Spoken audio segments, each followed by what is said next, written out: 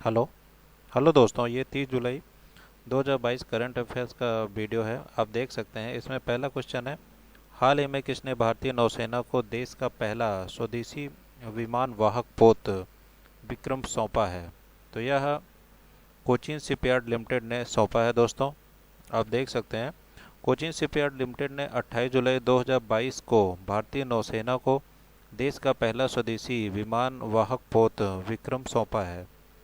200 262 metre लंबा विमान वाहक पोत देश में बनने वाला अब तक का सबसे बड़ा युद्धपोत है।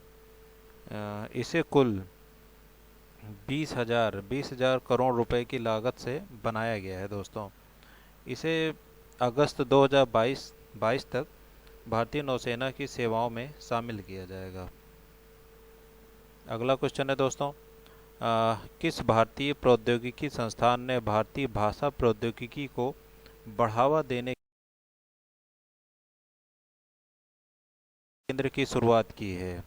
तो यह भारतीय प्रौद्योगिकी संस्थान मद्रास है दोस्तों। भारतीय प्रौद्योगिकी संस्थान आईआईटी मद्रास ने 28 जुलाई 2022 को भारतीय भाषा प्रौद्योगिकी का शुभारंभ किया। इसका उद्घाटन इन्फोसिस के सह संस्थापक नंदन नीलेकणी ने किया था। AI1 भारत को भारतीय भाषाओं के लिए ओपन सोर्स लैंग्वेज AI बनाने के लिए आईआईटी मद्रास की एक पहल के रूप में स्थापित किया गया था।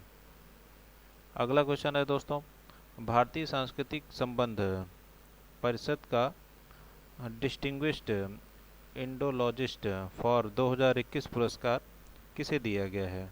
तो यह जेफरी आर्मस्ट्रॉन्ग को दिया गया दोस्तों। कनाडा के विद्वान जेफरी आर्मस्ट्रॉन्ग को भारतीय सांस्कृतिक संबंध परिषद ICCR के डिस्टिंग्विश्ड इंडोलॉजिस्ट फॉर 2021 पुरस्कार से सम्मानित किया गया। यह पुरस्कार आर्मस्ट्रॉन्ग को भारत के इतिहास और संस्कृति के अध्ययन में उनके उत्कृष्ट योगदान के सम्मान में प्रदान किया गया है। यह पुरस्कार 2015 में स्थापित किया गया। ICCR की स्थापना 1950 में मौलाना अबुल कलाम आज़ाद ने की थी दोस्तों।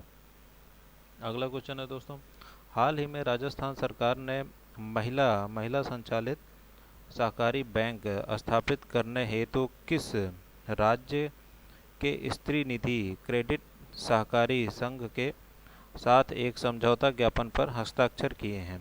तो यह तेलंगाना के साथ समझौते पर हस्ताक्षर हुआ है दोस्तों। राजस्थान सरकार ने राजस्थान महिला निधि नामक केवल महिला संचालित सहकारी बैंक स्थापित करने हेतु तेलंगाना सरकार के स्त्री निधि क्रेडिट सरकारी संघ के साथ एक समझौता ज्ञापन पर हस्ताक्षर किए। राजस्थान ग्रामीण आजीविका विकास परिषद की महिलाओं को आसानी से ऋण मिल सके, यह उनके उद्यमों को सार्थकता देकर महिला सशक्तिकरण को बढ़ावा देगा। ग्रामीण विकास मंत्री रमेश चंद्र मीणा की उपस्थिति में राजस्थान ग्रामीण आजीविका विकास परिषद राजीविका की मिशन निदेशक मंजू राजपाल और स्त्री निधि प्रबंध निदेशक जी विद्या सागर रेड्डी के बीच समझौता ज्ञापन पर हस्ताक्षर किए गए। तेलंगाना की स्त्री निधि की तर्ज पर राजस्थान महिला निधि की स्थापना की जाएगी। राजस्थान के राज्यपाल कलराज मिश्र जी हैं। राजस्थान की राजधानी जयपुर है और राजस्थान के मुख्यमंत्री अशोक गहलोत जी हैं। अगला क्वेश्चन है दोस्तों, हाल ही में केंद्रीय मंत्रिमंडल ने किस वर्ष के प्रतिस्पर्धा अधिनियम में संशोधन के लिए एक विधेयक को मंजूरी दी है। तो यह 2002 के तो दोस्तों यह 2002 के प्रतिस्पर्धा अधिनियम में संशोधन के लिए मंजूरी दी है। आप देख सकते हैं, केंद्रीय मंत्रिमंडल ने दो दशक पुराने प्रतिस्पर्धा अधिनियम 2002 में संशोधन के लिए एक विधेयक को मंजूरी दी। इसका उद्देश्य प्रतिस्पर्धा विनियमन पारिस्थितिकी तंत्र में सुधार करना है। प्रतिस्पर्धा संशोधन विधेयक भारतीय भारतीय प्रतिस्पर्धा आयोग सीसीआई के शासी ढांचे में बदलाव लाने और नए युग के बाजारों की ज़रूरतों को पूरा करने के लिए कानून में मूल प्रावधानों को संशोधित करने का प्रयास करता है। अगला प्रश्न है दोस्तों, प्रतिवर्ष 19 जुलाई को विश्व भर में कौन सा दिवस मनाया जाता है? तो यह अंतर्राष्ट्रीय बाघ दिवस मनाया जाता है दोस्तों। 29 जुलाई को अंतर्राष्ट्रीय बाघ दिवस मनाया जाता है। अंतर्राष्ट्रीय बाघ दिवस इंटरनेशनल टाइगर डे हर साल 29 जुलाई को मनाया जाता है। इस दिवस को मनाने का मुख्य उद्देश्य वैश्विक स्तर पर बाघों के संरक्षण व उनकी लुप्तप्राय हो रही प्रजाति को बचाने के लिए जागरूकता फैलाना है। इसका लक्ष्य बाघों के प्राकृतिक आवासों की रक्षा के लिए एक वैश्विक प्रणाली को बढ़ावा देना और बाघ संरक्षण के मुद्दों के लिए जन जागरूकता और समर्थन बढ़ाना है। अंतर्राष्ट्रीय बाघ दिवस 2022 का विषय India launch Project Tiger to review the tiger population. बाघों की आबादी को बढ़ाने के लिए भारत ने प्रोजेक्ट टाइगर लॉन्च किया है। वर्ल्ड टाइगर डे की शुरुआत साल 2010 से हुई थी। अगला प्रश्न है दोस्तों, हाल ही में आयोजित विश्व एथलेटिक्स चैंपियनशिप 2022 की पदक तालिका में भारत कौन से स्थान पर रहा है? तो यह 33वें स्थान पर रहा है दोस्तों। विश्व एथलेटिक्स चैंपियनशिप 2022 का आयोजन संयुक्त राज्य अमेरिका के यूजीन और ओरेगोन में हुआ। यह चैंपियनशिप का 18वां संस्करण था। अमेरिका के खिलाड़ियों ने पदक तालिका में शीर्ष स्थान हासिल किया है। अमेरिका ने सबसे ज़्यादा गोल्ड 13, सिल्वर 9 और ब्रॉन्ज 11 मेडल अपने नाम किए। इथियोपिया 11 मेडल जीतकर दूसरे स्थान पर रहा। वहीं भारत ने इस चैंपियनशिप में एकमात्र रजत पदक जीता। भारत पदक तालिका में 33वें स्थान पर रहा।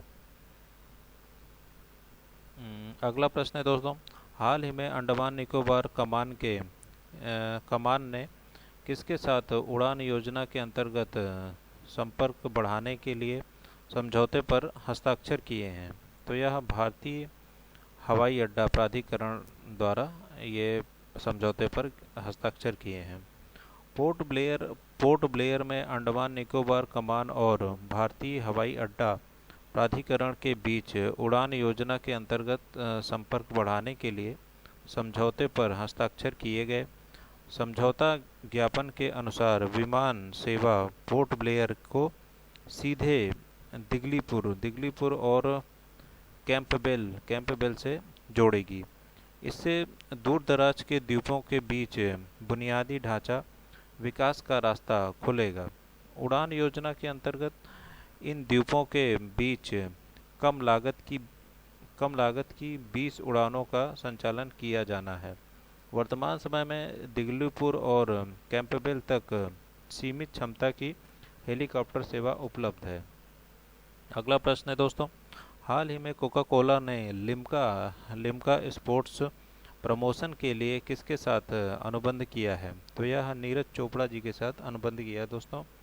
कोका कोला ने लिम्का स्पोर्ट्स प्रमोशन के लिए ओलंपिक स्वर्ण पदक विजेता नीरज चोपड़ा के साथ अनुबंध किया है। हाल ही में नीरज चोपड़ा विश्व एथलेटिक्स